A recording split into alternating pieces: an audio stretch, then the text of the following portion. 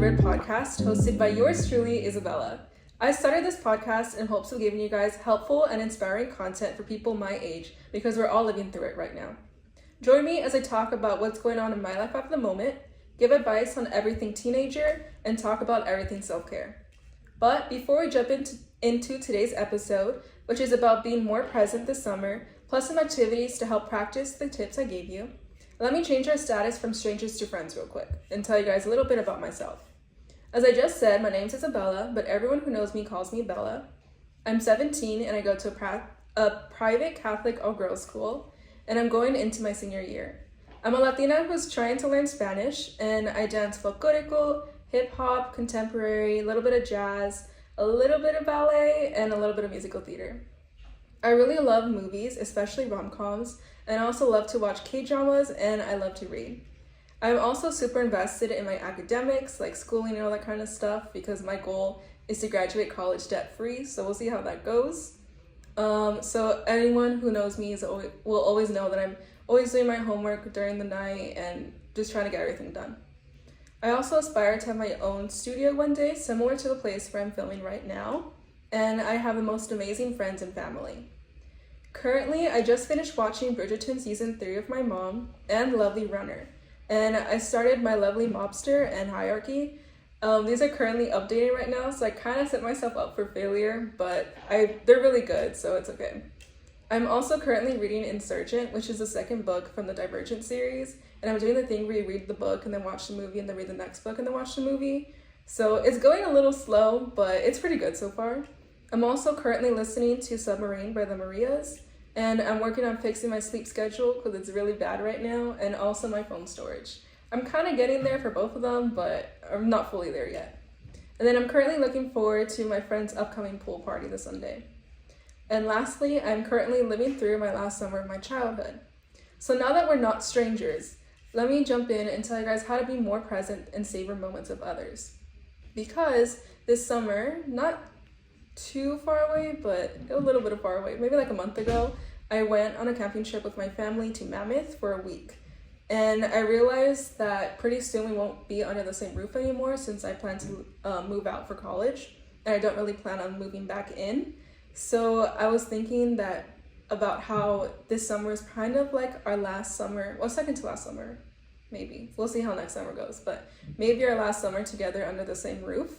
And I really wanted to make sure that I truly cherish and savor our moments together before we no longer live together under the same roof from every day to day. So I was thinking of different things to do to really enjoy our time together, and I ended up coming with 4 different tips on how to really enjoy and savor the moments with my family, my friends, and anyone else I'm hanging out with this summer.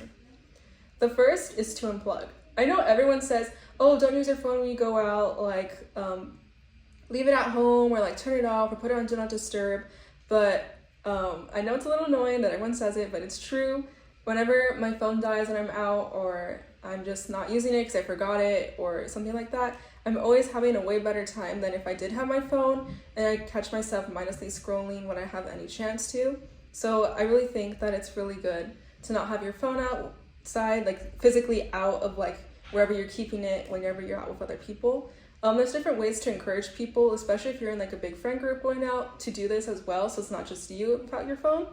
Like little fun games. Like I saw on TikTok this one time how everyone like was at like a dinner party or something, and they had like a pile of all the phones from everyone there, and whoever's phone like rang first or got the first notification had to pay for dinner, which encouraged everyone to not use their phone, which is a good way to make sure that everyone's like really fully present at the moment. But I'm sure you guys can come up with something else to do, or even just like talk to each other and agree, hey, let's not use our phones when we go out, and just really like try to enjoy our time together. My second tip is to be playful and have small dates, whether it's with your family, with yourself, with your friends, with your coworkers, maybe you have a job during the summer, whoever. These can be a whole bunch of different things. You can take walks like around the block, around the park, around like the neighborhood, stuff like that. Or you could even walk instead of driving somewhere. Like say for example, there's a really cute like cafe, like a local owned, family owned cafe around you guys, and you guys are spending time with each other and you don't really have anywhere to be at the moment. You could just walk there instead of driving, as long as it's not too hot outside. You could even eat outside, again, as long as it's not too hot.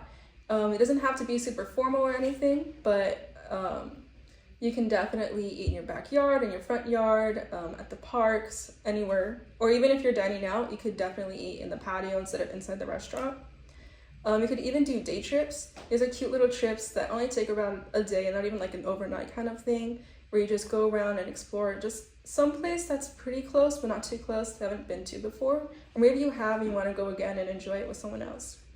You could even do board games. It don't have to be just board games, it could be any type of game. It can be games you guys already own, free apps on your phone, or you can even buy board games for cheap at the thrift store or even rent it from your local library. My third tip is to journal.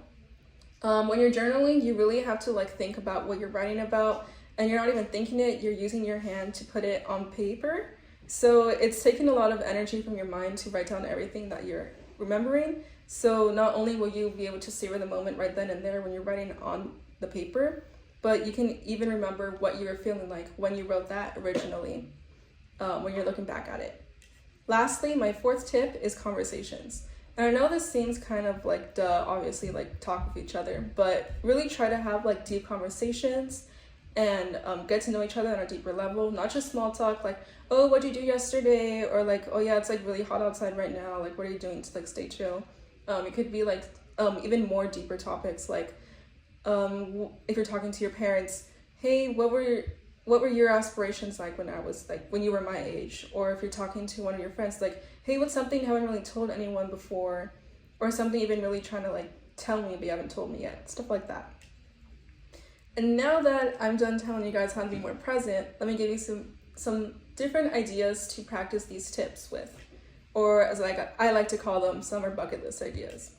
I have 3 different categories for these. It's things to do outside for cheap or for free, things to do outside that cost a little bit of money, and then things to do inside if it's way too hot. So first off, let's start with things to do outside that are for cheap or for free. Firstly, you could go on a micro adventure. This is similar to a day trip, but it's a little longer. It's about like maybe a day and like a night, and you come back the next day. And it's basically just a little small adventure somewhere that's close but not too close, and it's not too big, so you can just explore and have a little bit of time there.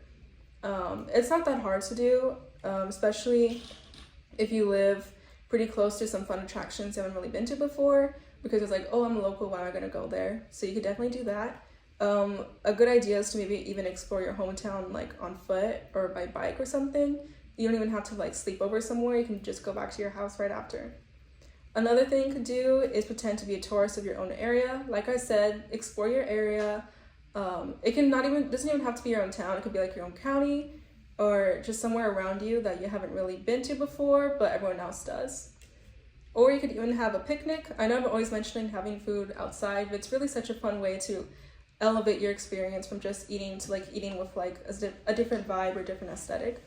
You could even volunteer. Volunteering is a big thing. I really love to volunteer. I like to collect volunteer hours. You can do this anywhere. It could be an animal shelter, a food bank, or like some niche spot next to you that isn't really popular like globally or nationally. And this way you can get to know other people and get to know your community and your environment and open your eyes to different things. And it can be really fun. I really enjoy my volunteering experiences. I do a whole bunch of things, like I'll sing at my local church choir, or I'll go to the food bank, stuff like that. Another thing you could do outside is a water day. There's so many different ways to have a water day. You could go to the water park, whether it's like one of those paid ones or like the free local community water park.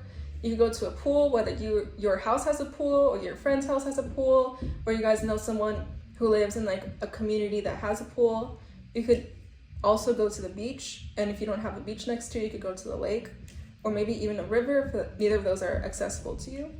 But speaking about nature, you could also go on a hike. It can be like one of those official like hardcore hikes, or if you're like an amateur like me, you could do one of those simple ones, maybe even just like a trail that's not too difficult but it's in nature. Or you could even try street food. I actually checked this off my bucket list yesterday. Me and my mom got pupusas off the street and they were so good, and I ate a little too much to the point where, as like my mom likes to say, like my eyes feel like they're gonna like pop out because of how full I am. But it's really fun. There's so many different cute food trucks and like places on the street nowadays, especially since I'm pretty sure there's like new laws that allow it or whatever. So really try to like stop one time when you pass by instead of just passing by, and just like sit down, maybe not even sit down, like sit in your car or do a tailgate with whatever food you buy from the street. You could even do a bonfire.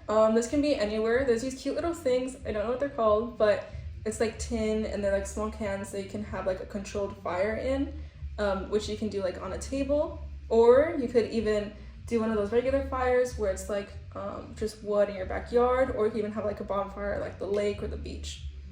Which, speaking of lake or beach, whenever I think of the beach, I always think of sunsets. So you could definitely have like a sunset walk or sunset bike ride. It doesn't even have to be at the beach. It could be literally anywhere, like even right next to your house, and just like go outside when it's sunset and enjoy the vibes since it's summer.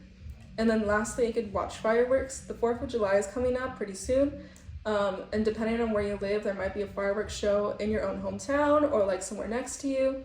Or maybe you have like family and their hometown is where you can see fireworks. So depending on where you live, you could definitely do that. Or you could see fireworks at a theme park, which helps me segue into the next category of things to do outside that involve a little more money.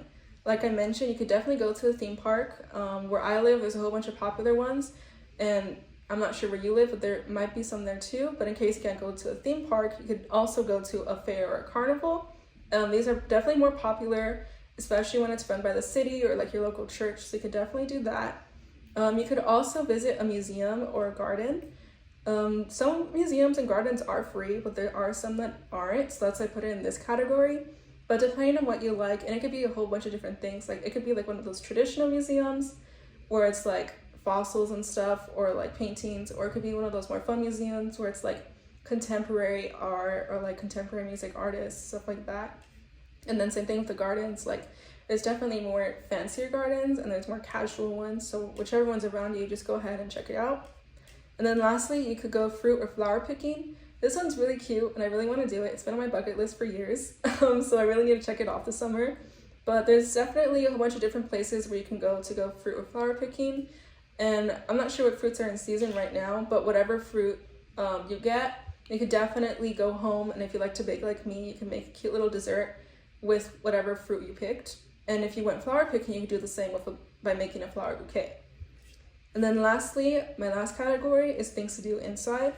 You could do something creative, whether it's scrapbooking, like a casual photo shoot with your phone, or maybe like you're more inclined to like digital art. You could do something online. There's a bunch of free apps and like websites where you can be really creative online without having to spend any money. You could also have a movie night. This can be at your own home, at someone else's home, outside, or maybe like your town does movies in the park like my town does. You could definitely do that. Or maybe even have, but of course that's outside, oops. But you could have it inside as well. Whatever streaming service you have, or maybe even go like back to like DVDs and watch the old DVDs from your childhood. You could also have a self-care night or day, depending on how busy you are during the summer. And it can be more than just like physical self-care, like an everything shower and like face masks and like exfoliating and all that kind of stuff. You could definitely have it be more intentional and journal, or do something that like helps relax you, like maybe go on a walk, and then after that you take a quick shower, and then you watch like a nostalgic movie just to like really help you get comfy before you recline for the day. You can also pick up an old hobby. I'm someone who likes to say that they collect hobbies as a hobby, so I have a whole bunch of different things lying around my house from my childhood, from all my like niche hobbies that I tried to start but never really committed to because I always got interested in something else. So you could definitely pick something back up. For me, I used to really like to paint and play with clay and that kind of stuff. So if you're like me and you have old clay or paint lying around, you could definitely pick it back up and do that again. If you're bored, you could even read. Maybe you have a bunch of books lying around like I do that you haven't read yet. You could definitely do that. If you used to play a sport but you don't play it anymore, you could also pick that back up. Say for example, you have an old soccer ball lying around your house. You could definitely go to the park and do that, or in your backyard. Or even dancing, that doesn't require any equipment. And even if you haven't done any of these hobbies, you could definitely start them. You don't have to pick up an old hobby, you could start a new one. You could also have a game night. I know I keep on talking about games, but that's because I really love to get like casually competitive, if that's even a thing. But you can also have a game night with whoever you live with, or invite people over. Board games or like sports, anything like that, and just have like a good like relax night with the people around you. And then lastly, you can have a dinner party. This can be casual or fancy, whatever you prefer. It can be at your house or at someone else's house, or you can even rent out a venue if you're that fancy. That's a little too much for me, but you could definitely do that, and it would be super cute and super fun and just a good way to like spend time with the people around you. Alright, so that pretty much wraps up today's episode. Thank you so much for listening to the first episode of Living Through It.